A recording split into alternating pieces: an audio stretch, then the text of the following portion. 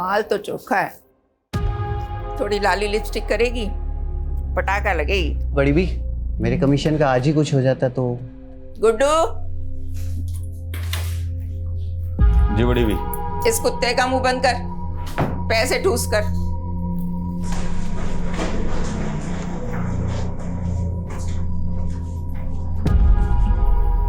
आज से ही काम शुरू करना है, तब तक यहीं रहना होगा, समझी? मुंह में जबान नहीं है क्या? भूख लगी है?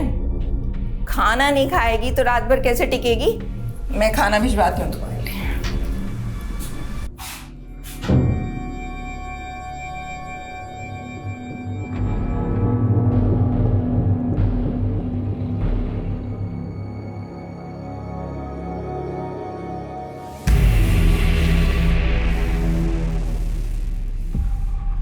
अरे कहाँ है? ए लड़की, कहाँ गई वो? वे कहाँ है वो?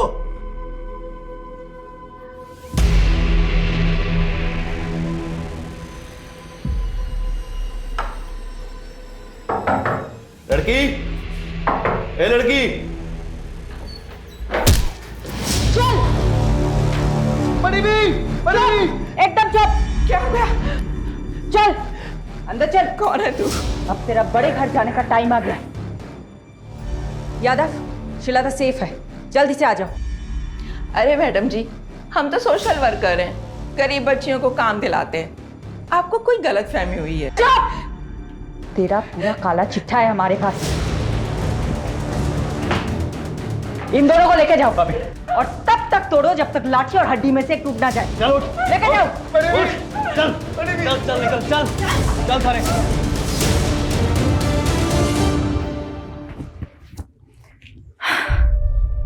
शिलता बेटा, ठीक हो तुम?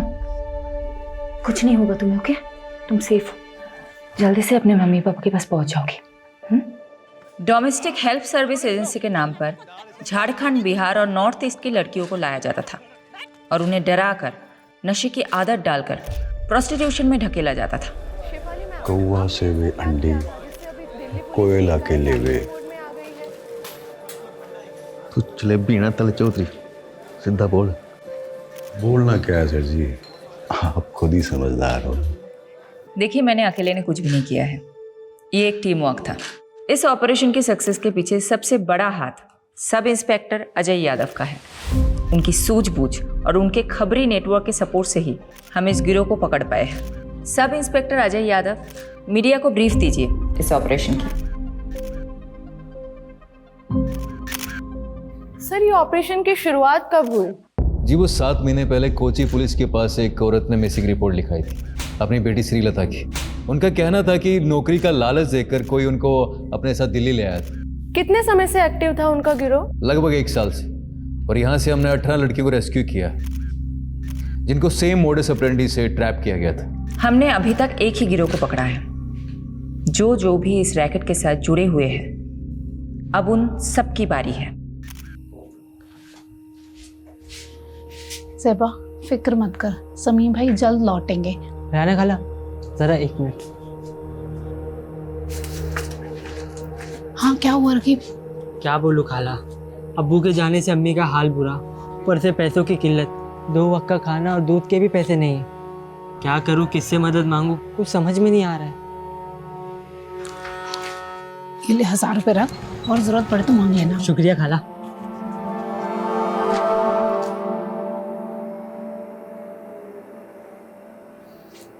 अजीज, शमीम का कुछ पता चला क्या? पुलिस ने कहा है कि वो पता लगाएगी शमीम का। वैसे मुझे नहीं लगता वो लोग कुछ करेंगे।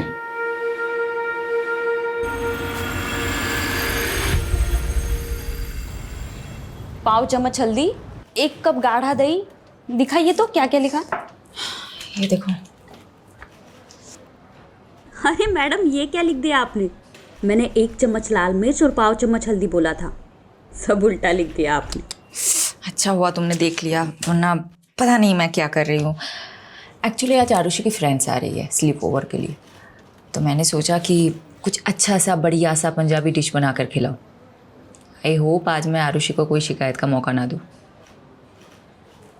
अच्छा, श्रीलता को मेडिकल एग्जामिनेशन के लिए भेजा था, रिपोर्ट्स आई? जी मैडम, कल शाम को ही आ गई थी। रेप तो नहीं हुआ था उसके साथ, बट काफ़ी मात्रा में उसको ड्रग्स दिए गए थे। डॉक्टर ने बोला है कि 2-3 दिन ऑब्जर्वेशन में रखेंगे। चलो मैं रेसिपी ख़त्म करती हूँ। Hello, what?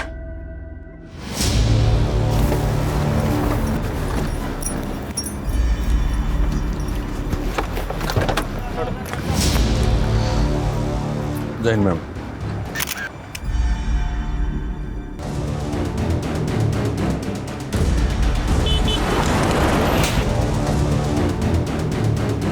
Solanki, mobile, wallet, ID card कुछ मिला? नहीं मैडम जी। सोलंकी, पोस्टमार्टम के लिए गाड़ी को बुलाया कि नहीं? हाँ बोला सर। बोल दिया ना? कब तक आ रहे हैं? बस 10 मिनट बाद। फिर चेक कर लेंगे। दी, देखो मैंने लाइट ऑन कर दी, कैसा लग रहा है? Very good Rohan.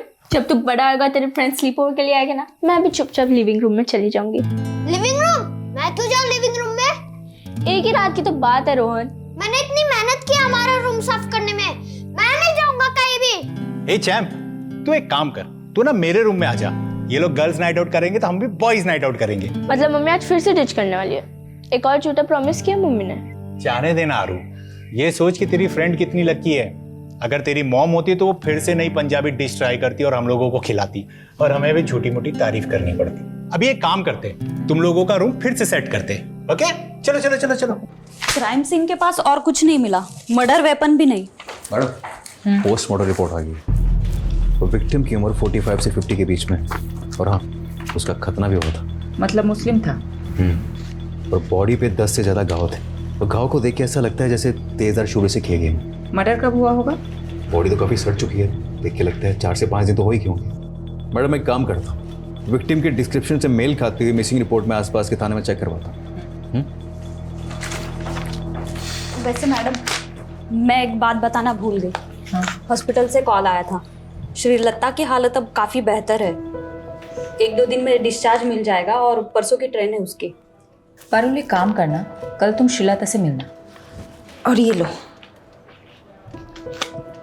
इस पैसों से उसे एक मोबाइल खरीद देना।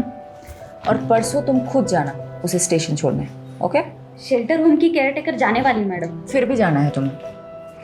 यादव सर ना सही कहते हैं, आप हर केस को काफी पर्सनली क्यों ले लेते हो? जब तुम खुद माँ बनोगी तब समझ जाओगे। किस्मत साथ दे रही है हमारा इस केस में। ओके। विक्टिम की डिस्क्रिप्शन से मेल खाती हुई मिसिंग रिपोर्ट हमें मिल गई। डिटेल्स बताना। डिटेल्स मैम, 6 दिन पहले नॉर्थ दिल्ली के निर्मल नगर थाने में शमीम खान नाम के एक आदमी की मिसिंग रिपोर्ट लिखाई गई थी। उम्र 45 साल, बीवी और बच्चे के साथ रहता था। बीवी और बच्चे का नाम क्या है? बीवी का नाम ज़ेबा है और बच्चे का नाम रकीब।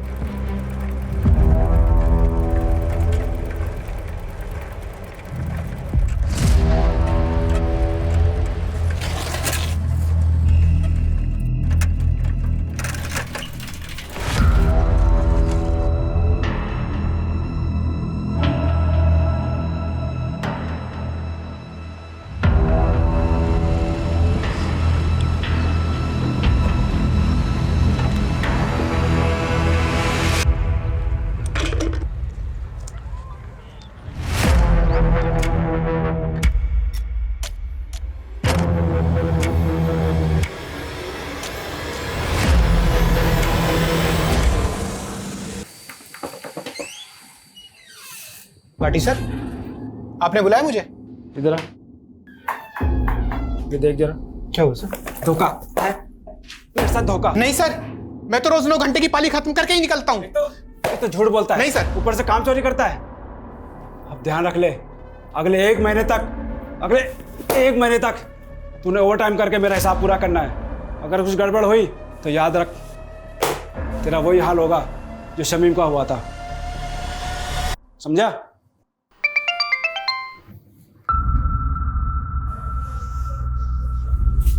ये क्या है?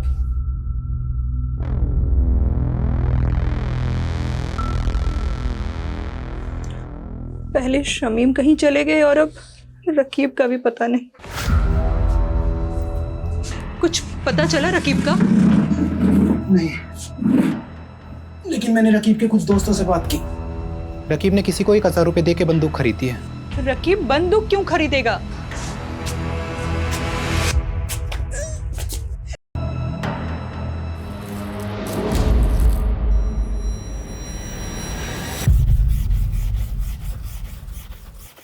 अरे अब्बू, शर्ट को इतना भी मत घिसो कि चीख पड़े।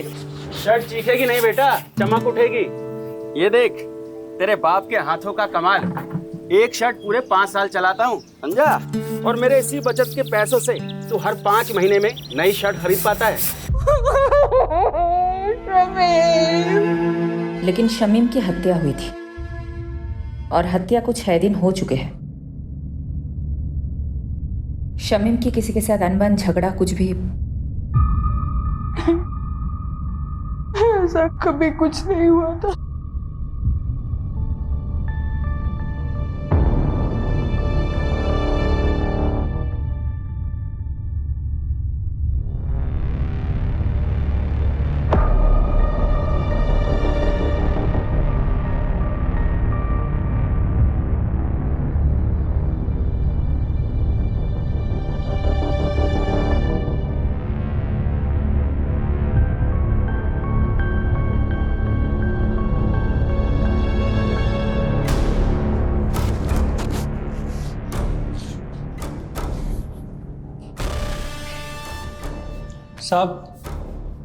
साहब वो बड़े साहब से मिलना था।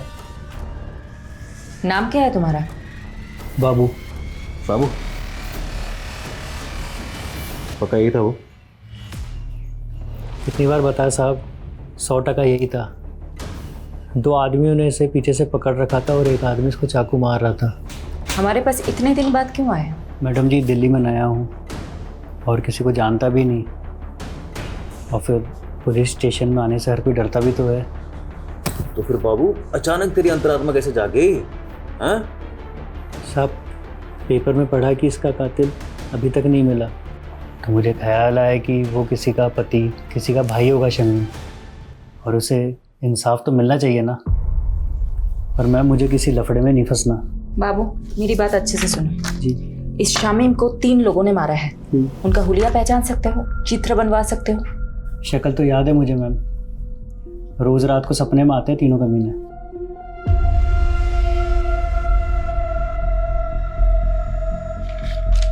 हाँ साहब, हूबहू यही तीनों थे।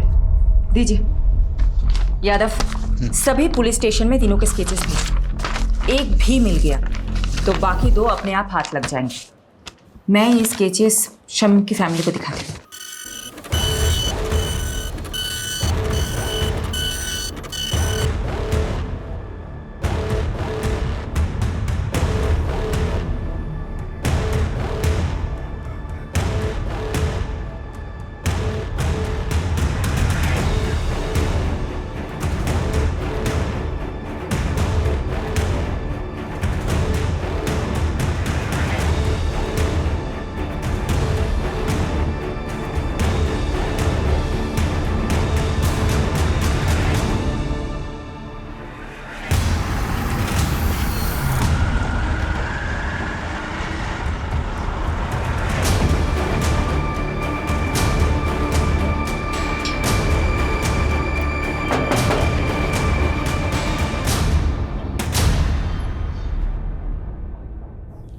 सेबा, तुमने हमें बताया था कि शमीम की किसी के साथ दुश्मनी नहीं है, लेकिन हमें एक आई विटनेस मिला है जिसने 3 लोगों को शमीम को मारते हुए देखा था। तीनों कुछ ऐसे दिखते हैं। मैंने इन्हें पहले कभी नहीं देखा।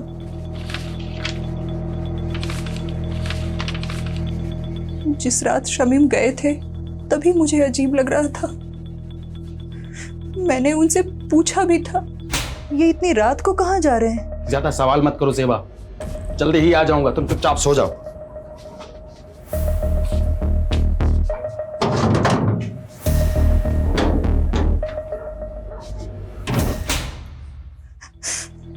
बस थैली लिए और चले गए।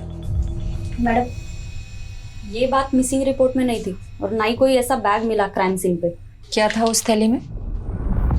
शमीम ने बोला कि पानी की बोतल है। पर हाँ, जिस दिन से वो गए हैं मेरे घर से एक छुरा गायब है। ज़ेबा, तुम्हें कुछ भी याद है हमें बताना, ओके? जी। राकीब, तुम हमें कुछ बताना चाहते हो? ये चोटें कैसे लगी है तुम्हें? वो कल रात मेरे दोस्त करीम से लड़ाई हो गई मेरी। शमीम घर से छुरा लेके निकला था, कहीं ऐसा तो नहीं शिकारी खुद ही किसी का शिकार हो गया? हो सकता है मैडम। वैसे राकीब का घाव देखकर मुझे तो लगा कि वो जरूर कुछ ना कुछ जानता होगा। सकते से पूछे क्या? नहीं, माइनर है, कोई और तरीका आजमाना होगा। यादव कहाँ है? बोल तो रहे थे कि यही आएंगे, पूछती हूँ। काट दिया, कोई और एंगल टटोल रहा होगा। यही तो करता है वो। ये क्या है? शमीन खान आपकी फैक्ट्री का वर्कर था। इन तीनों में से किसी एक ने उसको मारा हो सकता है। तो इन तीनों में से आपकी फैक्ट्री का कोई था, आप जानते होंगे? 150 वर्कर है मेरी फैक्ट्री में। सबकी शक्ल ना मुझे याद रहती है ना मुझे याद रखनी है। कहीं ऐसा तो नहीं आपने इन तीनों लोगों को शमीम खान को मारने की सुपारी दी थी? मैंने तो ऐसा भी सुना है कि आप अपने फैक्ट्रीज के वर्कर्स को मारते भी हैं। ए इंस्पेक्टर, ज्यादा मत उड़, तू जानता नहीं मैं कौन हूं। पुलिस वाले को तो हो सकता है। बहुत आकड़ है ना तेरे में, आज सब निकालता हूं। चल चल।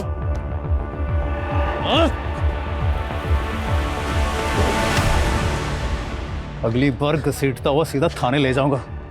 दोबारा पुलिस के सामने इज्जत से पेश आना, समझा? चल।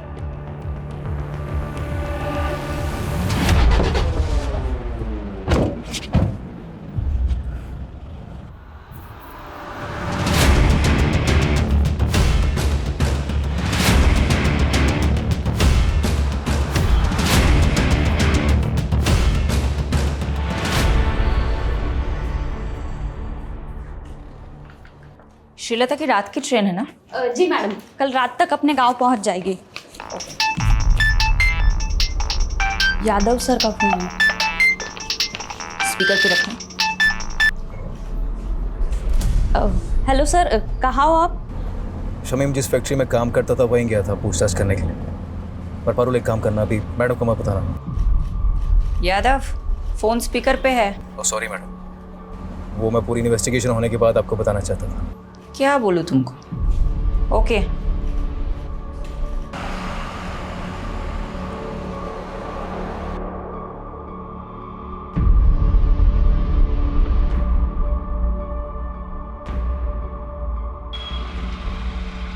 तो देखा क्या?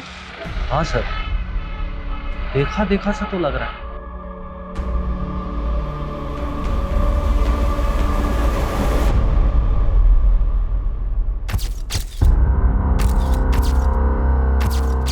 Meenakshi,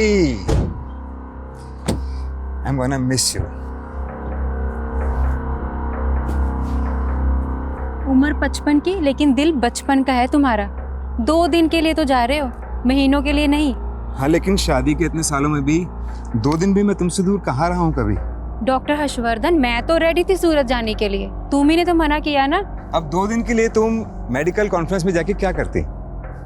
नेक्स्ट मंथ मॉरिशस में एक मेडिकल सेमिनार है, उसमें चलेंगे ना साथ? ठीक है, चल बाय।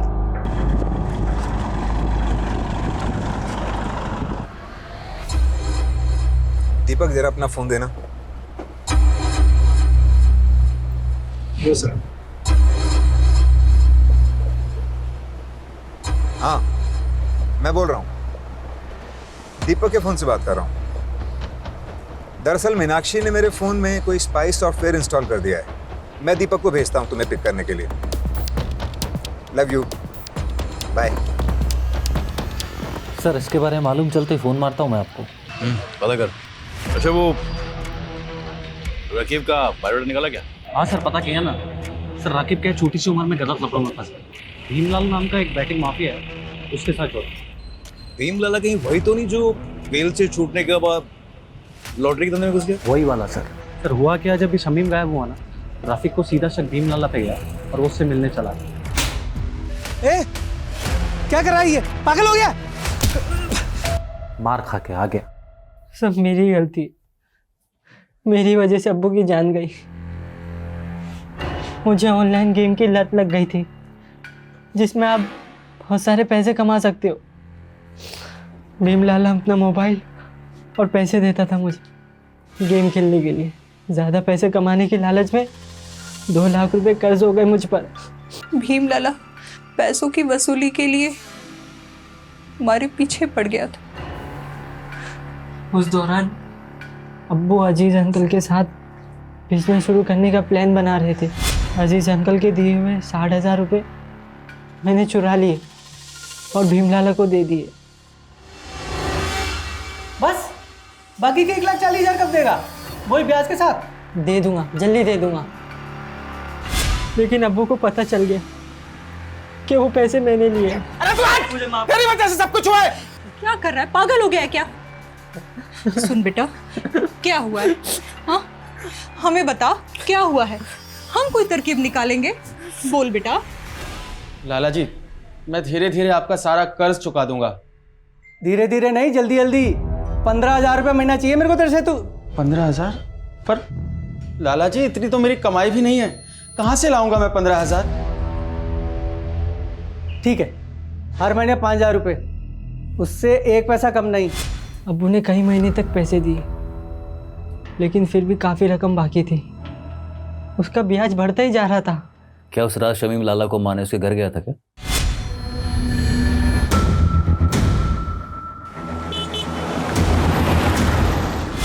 ताकि उसका कर्ज ना चुकाना पड़े? लगता तो ऐसे ही है मुझे, इसलिए मैं लाला से अब्बू की मौत का बदला लेना चाहता था। बस करो, कितना मारोगे, मर जाएगा ये। देखो लाला, ये बहुत जिद्दी है, इसलिए तुम्हारे लिए यही अच्छा होगा कि तुम सब सच बता दो, नहीं तो ये तुम्हें मारता ही रहेगा। मैंने नहीं मारा शमीम को, आप खुद ही सोचो। सोने का अंडा देने वाली मुर्गी थी वो, मैं उसे क्यों मारूंगा भला? क्योंकि शमीम तुम्हें मारने आया था, इसलिए तुमने अपने उन 3 साथियों के जरिए उसे मरवा दिया। मैडम, ये देखो। मैं इन तीनों को नहीं जानता। लगता है जैसे इसे मारने का शौक है, तुम्हें मार खाने का शौक है। ठीक है, करते रहो अपने अपने शौक पूरे। चलो चालू हो जाओ। I will call you back. Deepak. Ji ma'am. साहब को छोड़ा है एयरपोर्ट? जी मैम, छोड़िए। रास्ते में कहीं रुके थे? नहीं तो मैडम, घर से सीधा क्लिनिक और फिर क्लिनिक से शाम को एयरपोर्ट। तो गाड़ी रोहिणी में क्या कर रही थी दोपहर को?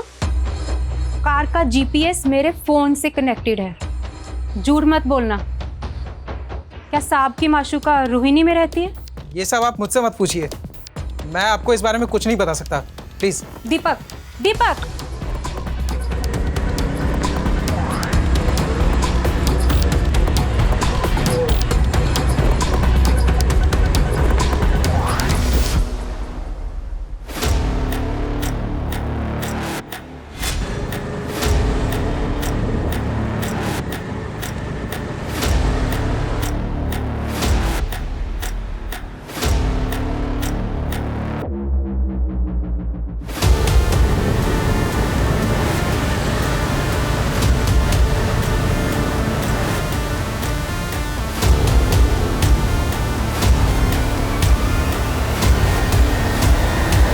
मैडम जी, हम गंगा मैया की कसम खा के कहते हैं, हमने किसी शमीम को नहीं मारा। झूठ मत बोल, हमारे पास चश्मदीद गवाह है जिसने तुझे शमीम का मर्डर करते हुए देखा है, और तेरे साथ ये दोनों थे।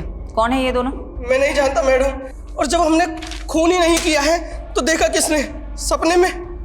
गुनाह कबूल करने में जितना टाइम लगाएगा ना, तेरे लिए मुश्किल उतनी बढ़ती जाएगी। मैडम जी, हम रिक्शा चलाकर गुजारा करते हैं और हमने आज तक कोई गलत काम नहीं किया है, और आप तो हम पे सीधा मर्डर का आरोप लगा रहे हैं। मैडम,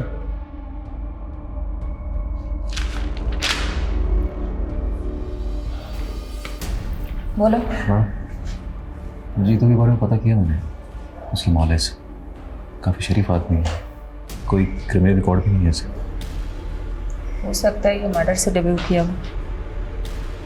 इसे थोड़ी अपनी वाली ट्रीटमेंट दो, शायद सच उगल दे। तो मैं पारुल को बोलती हूँ शहर के सारे पुलिस स्टेशन में पता करे जीतू का कोई क्रिमिनल रिकॉर्ड है या नहीं।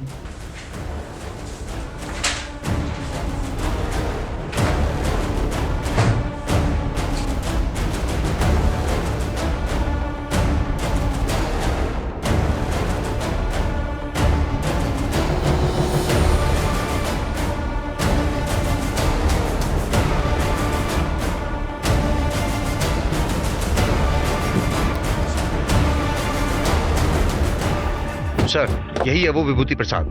अरे कुछ नहीं किया तूने, वैसे घुमाने लेके जा रहा है। मैंने क्या किया साहब? लेके डाल इसको। मुझे कहाँ लेके जा रहे हो? लेके चल इसको। जैसी करनी वैसी भरनी।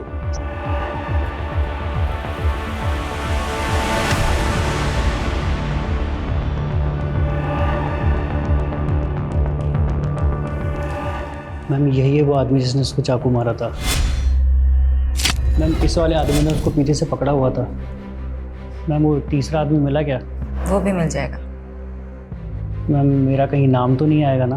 फिक्र मत करो, तुम जा सकते हो बाबू। जी मैम। मैडम, विभूति प्रसाद एक नंबर का बदमाश आदमी है। कुछ महीनों पहले ये थाने में अपनी मिसिंग बाइक की कंप्लेंट करने आया था। सब रोकी साहब, यही करो शुरू। सर ये झूठ बोल रहे हैं, हमने कोई बाइक चोरी नहीं की, बल्कि यही हमें परेशान करता रहता है। साहब ये एक नंबर का झूठा है साहब। क्या सबूत है तुम्हारे पास? सबूत है हमारे पास, ये देखिए। ये आप ही का बेटा है ना? हाँ सर। बुलाइए इसे। साहब ये झूठ बोल रहे हैं, इनकी बाइक रास्ते में खड़ी थी, वो तो मैंने बस साइड कर दी। बाइक तो चोरी हुई है ना, और आखिरी बार बाइक के साथ आपके लड़के को देखा गया था, इसलिए पूछताछ के लिए इसे हमें थाने ले जाना पड़ेगा। चलो। मैडम, वो बाइक तो बाद में मिल गई, लेकिन कुछ दिनों बाद विभूति फिर से आया। साहब मार डाला, देखिए ना, पता नहीं कौन से जन्म का बदला ले रहे हैं बाप बेटा मुझसे। ये क्या नाटक है विभूति? नाटक नहीं, अटैक हुआ मेरे पे, अटैक इसके बेटे ने किया है साहब। सर ये झूठ बोल रहा है, पहले भी इसने मेरे बेटे को फंसाया, अब दोबारा फंसा रहा है मेरे बेटे को। देखिए अनिल जी, डॉक्टर ने इन्हें एग्जामिन किया है और इसीलिए हम लोग यहाँ पर आए हैं। हमें आपके बेटे से कुछ पूछताछ करनी है, बुलाइए उसे। सर वो घर पे नहीं है। आप अपना तलाशी लीजिए अंदर। वो घर पे नहीं है, मेरा यकीन कीजिए। ठीक है, वो जैसे घर पर आए भेजो उसे हमारे पास। जी। इन्वेस्टिगेशन से पता चला कि अनिल और उसका बेटा वाकई शरीफ आदमी है, लेकिन ये विभूति एक नंबर का सरफिरा है। ये विभूति उन लोगों को क्यों परेशान कर रहा था? दरअसल मैडम, ये अनिल और उसके बेटे की जमीन हथियाना चाहता था, वो भी सस्ते दामों में, और अनिल उसे बेचना नहीं चाहता था। बस तभी उसने ये ड्रामा खेला। कौन था तेरा तीसरा साथी? कौन तीसरा साथी? क्या कह रहे हो आप? देख विभूति, सीधी तरह बता दे, शमीम के खून में तेरे और जीतू के अलावा वो तीसरा बंदा कौन था? वरना बहुत पीटेगा तू। हाथ मत लगाना मुझे, वरना पूरे डिपार्टमेंट को कोर्ट में घसीटूंगा मैं। तू यहाँ से जाएगा तब ना। तुझे क्या लगता है छोटा केस फाइल करना सिर्फ तुझे ही आता है? हम भी कर सकते हैं। मैडम फोन है आपके लिए। हेलो शिफाली दी, मैं श्रीलता। श्रीलता, कैसी हो तुम? मैं ठीक हूँ, थैंक यू दीदी। ये लीजिए, अम्मा से बात कीजिए। मैडम आप हमारे लिए भगवान, आपका बहुत बहुत थैंक यू। अरे आप मुझे थैंक यू मत बोलिए, आप बस अपना और श्रीलता का ख्याल रखिए, उसे खूब पढ़ाइए। मैं आपके टच में रहूंगी। जी मैडम। बाय। हाँ यादव बोलो। मैडम स्केच वाले तीसरे बंदे का पता चल गया, मैं घसीटते हुए उसे थाने लेकर आता हूँ, आप वेट कीजिए। बस यही है सर। ठीक है, यही वाला सर। एक बार आप बंदे को देख लीजिए, फिर दे दीजिए। क्यों, क्या हो? स्केच से शक्ल तो मिलती है ना? स्केच से शक्ल तो हूबहू मिलती है, तो फिर? लेकिन फिर भी मुझे डाउट हो रहा है सर। क्या मतलब, कोई डाउट है क्या? अब सर आप खुद ही देख लीजिए। क्या बकवास है ये? आप कह रहे हैं कि मैंने, डॉक्टर हर्षवर्धन ने एक फैक्ट्री वर्कर का कत्ल किया है, वो भी किसी सिरफिरे और ऑटो रिक्शा वाले के साथ मिलकर? देखिए डॉक्टर हर्षवर्धन, हमारे पास आपके खिलाफ सबूत हैं। आप जानते हैं हम किससे बात कर रहे हैं? देखिए अब जो भी है, हम सिर्फ अपना प्रोसीजर फॉलो कर रहे हैं। ठीक है, तो अब मैं प्रोसीजर ही फॉलो करूंगा, और अब मैं नहीं, मेरा लॉयर आपसे बात करेगा।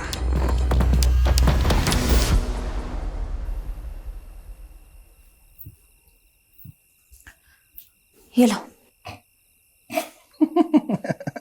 हाँ हाँ, सब हंस रहे हैं मुझ पर, तुम भी हंस लो। सॉरी शिफाली, लेकिन ये तुम्हारा यादव है ना, जोश में होश को बैठता है। गलती सबसे होती है, इट्स ओके। ये गलती नहीं, ब्लंडर था। सीमोन किसी आई विटनेस ने बोल दिया और तुम लोग शहर के नामी डॉक्टर हर्षवर्धन को अरेस्ट करने के लिए निकल पड़े। क्या फायदा हुआ? 5 मिनट में उसका वकील उसकी बेल करा के चला गया। तुम वकील लोग ना कभी पुलिस की प्रॉब्लम नहीं समझोगे।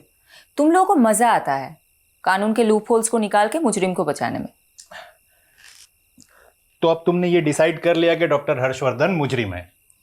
नहीं, मैं एक जेनरिक बात कर रही थी। देखो, डॉक्टर हर्षवर्धन को हमने पूछताछ के लिए बुलाया, उसका एक बेस था, एक आई विटनेस है जिसने सस्पेक्ट का स्केच बनवाया है। वो हुलिया बिल्कुल मैच करता है डॉक्टर हर्षवर्धन से। इस ब्लाइंड केस में ये एक ही तो स्ट्रॉन्ग पॉइंट है हमारे पास।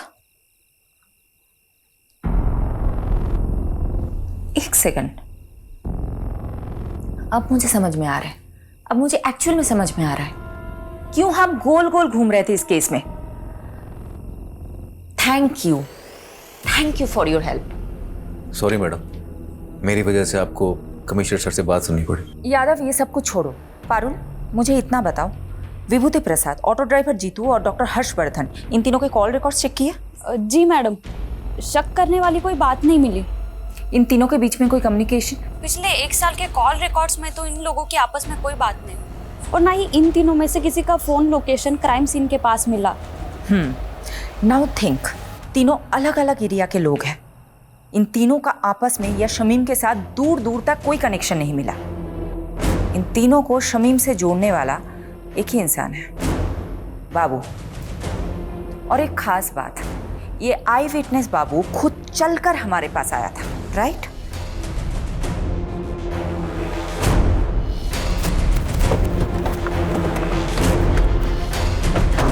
यादव,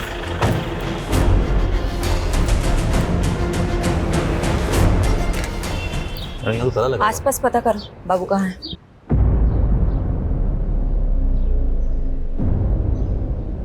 मैं बाद में बात करती हूँ। क्या हुआ? मैडम, आसपास पड़ोसी से बातचीत की मैंने। उनका कहना है कि बाबू काफी दिनों से गायब और उसका फोन भी बंद आ रहा है। मैंने ट्राई किया। मैडम जी, आप यकीन नहीं करोगे इस घर का मकान मालिक कौन है। मैडम, बापू मेरे दूसरे वाले घर पर भाड़े पे रहता था। जब विभूति ने मेरे बेटे राकेश पर इल्ज़ाम लगाया ना, तो मैंने ही राकेश को बापू के साथ में उस घर में रहने के लिए बोल दिया था, छुपा दिया था उसको। वो घर पे नहीं है, मेरा यकीन कीजिए। ठीक है, वो जैसे ही घर पर आए भेजो उसे हमारे पास।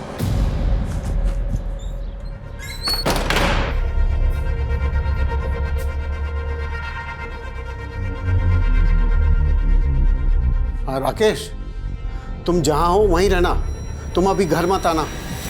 फिर मैडम, राकेश ने बाबू को विभूति के बारे में सब कुछ बता दिया कि वो कैसे हमको तंग करता था। बाबू ने हमको कहा कि वो हमारी मदद करेगा, और बाबू ने झूठी गवाही दी ताकि विभूति पर खून का इल्जाम लग जाए और आप उसे सबक सिखा सके, राइट? जी हाँ मैडम, लेकिन मैडम आप नहीं जानती कि विभूति ने हमको किस कदर तंग करके रखा हुआ था। अच्छा, ये बात बताओ, बाबू ने फोकट में मदद की तुम्हारी? जी मैडम। ये बाबू कहाँ है? मैडम पता नहीं, 3-4 दिन से घर बंद करके कहीं गायब हो गया मैडम।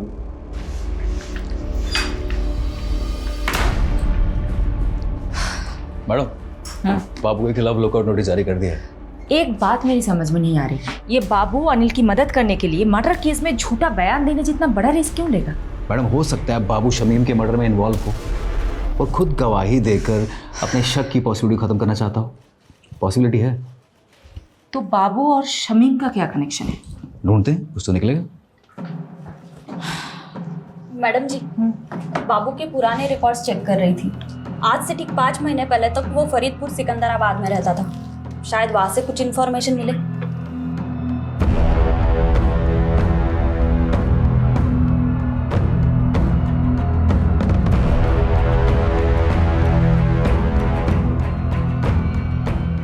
मैडम बाबू और बिलाल इसी गांव का रहने वाला था। 16 साल की उम्र में उसने अपने दोस्त की हत्या की थी। तब से वो गांव छोड़ के फरार हो गया था। सबूत ना होने की वजह से आरोप कभी साबित ही नहीं हो पाया और आज तक ये नहीं पता चल पाया कि बाबू ने अपने दोस्त को मारा क्यों था। लेकिन यादव, बाबू के पास्ट के साथ शमीम का क्या कनेक्शन है? शमीम से कोई कनेक्शन नहीं है मैडम, लेकिन रेहाना से। अजीज की बीवी रेहाना बाबू की कजन थी।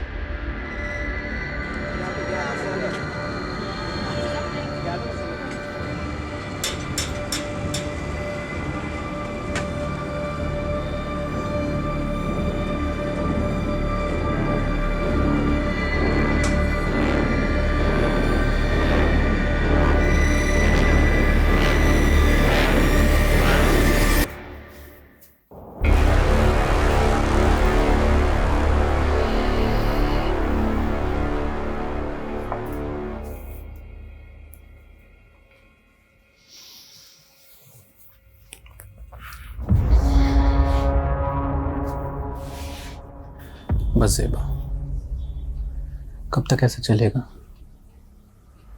मैं तुम्हें अपना बनाना चाहता हूँ, तुमसे निकाह करना चाहता हूँ। अजीज, हमारे बीच जो कुछ भी हुआ वो गलत था,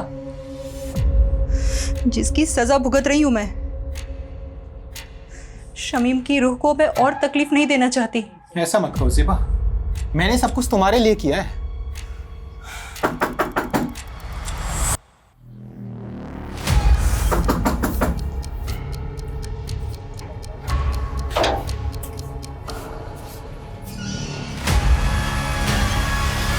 अजीज चल, अब आगे की खातिरदारी तेरी जेल में करते। मैं हमेशा से ज़ेबा को पसंद करता था। जब भीम लाला ने शमीम से पैसे हटने शुरू किए तो शमीम काफ़ी चिड़चिड़ा रहने लगा था। वो बात बात पर गुस्सा करता था। मुझे उसकी फिक्र होने लगी तो मैंने एक रोज़ ज़ेबा से बात करने का सोचा। अजीज, मेरी मुश्किलें तो ख़त्म होने का नाम ही नहीं ले रही हैं। रकीब की नादानी ने सब बर्बाद कर दिया। शमीम दिन रात काम करते हैं। मुझे कहीं ना कहीं अंदाजा था कि ये मसला पैसों का है।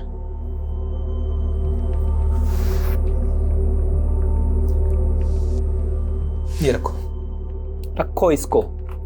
और हाँ, ना ये कर्ज है ना एहसान। हम धीरे धीरे नजदीक आ रहे थे। ज़ेबा भी मुझे पसंद करने लगी थी। लेकिन एक दिन शमीम को सब पता चल गया। ज़ेबा, ज़ेबा, दरवाजा खोल, दरवाजा खोल ज़ेबा। अजीज,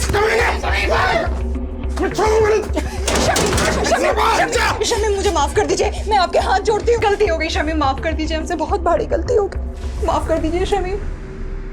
उस दिन के बाद से सब खत्म हो गया था। ज़ेबा ने मुझसे मिलना छोड़ दिया था,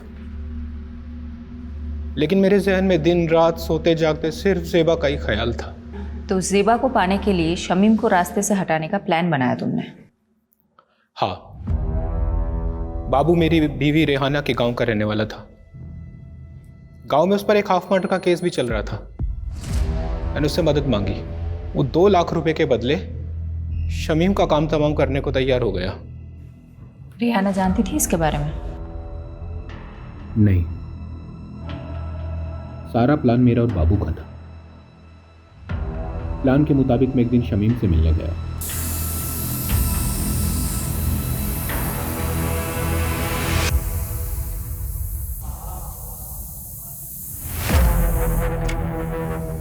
शमीम भाई,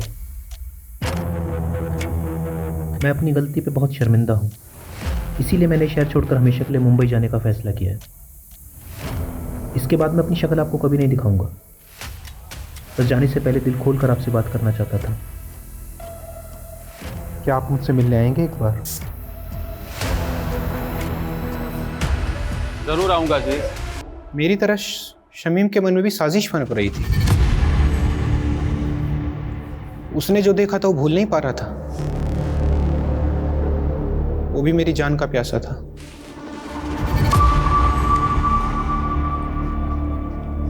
अरे शमीम भाई, बहुत बहुत शुक्रिया आप आए, सच बहुत खुशी हुई। पर अब अफसोस होगा कमीने। माफ करना शमीम भाई, हम जानते थे कि एक ना एक दिन आप हम तक ज़रूर पहुंचोगे। इसीलिए बाबू ने आई विटनेस बनने का प्लान बनाया ताकि आपको भटका सकें। बाबू ने विभूति प्रसाद, जीतू और डॉक्टर हर्षवर्धन का नाम क्यों लिया था? ऐसा कुछ सोचा नहीं था। बाबू के दिमाग में जो हुलिया आया वो बयां करता चला गया। इरादा सिर्फ आपको भटकाने का था।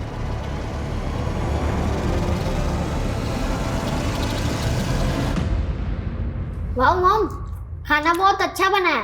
थैंक यू बेटा। यशी बेटा, अब तो कुछ खा ही नहीं रही हो, ऐसे नहीं चलेगा। ये मैंने स्पेशली तुम्हारे लिए बना, खा लो। ये लो, थोड़ा खा लो। मुझे तो लगा था हमारी शायद फ्लॉप होने वाली है, ये तो हिट हो गई।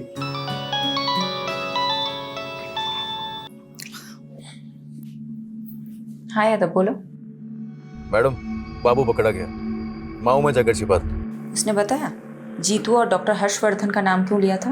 बदला लेने के लिए। बड़ी अजीब कहानी है मैडम। बाबू जब पहली बार शहर आया था तो उसने जीतू का रिक्शा लिया था और सिर्फ 15 रुपए के लिए दोनों में बहस हो गई थी। क्या 15 रुपए के लिए बाबू ने जीतू को मर्डर केस में फंसाया? जी मैडम। और डॉक्टर हर्षवर्धन के क्लिनिक में बाबू ने उसकी नर्स को छेड़ दिया था, जिसलिए डॉक्टर हर्षवर्धन ने उसको बहुत जलील किया था सबके सामने। और उसका बदला लेने के लिए उसने डॉक्टर हर्षवर्धन को बलि का बकरा बना दिया इस मर्डर केस में। लोग कितनी छोटी बात गांठ बात लेते हैं। चलो अच्छा है, ये केस तो सॉल्व हुआ। अब मैं चैन से अपनी फैमिली के साथ खाना खा सकती हूँ। अरे बिल्कुल madam. Good job Yadav. Thank you madam. Bye.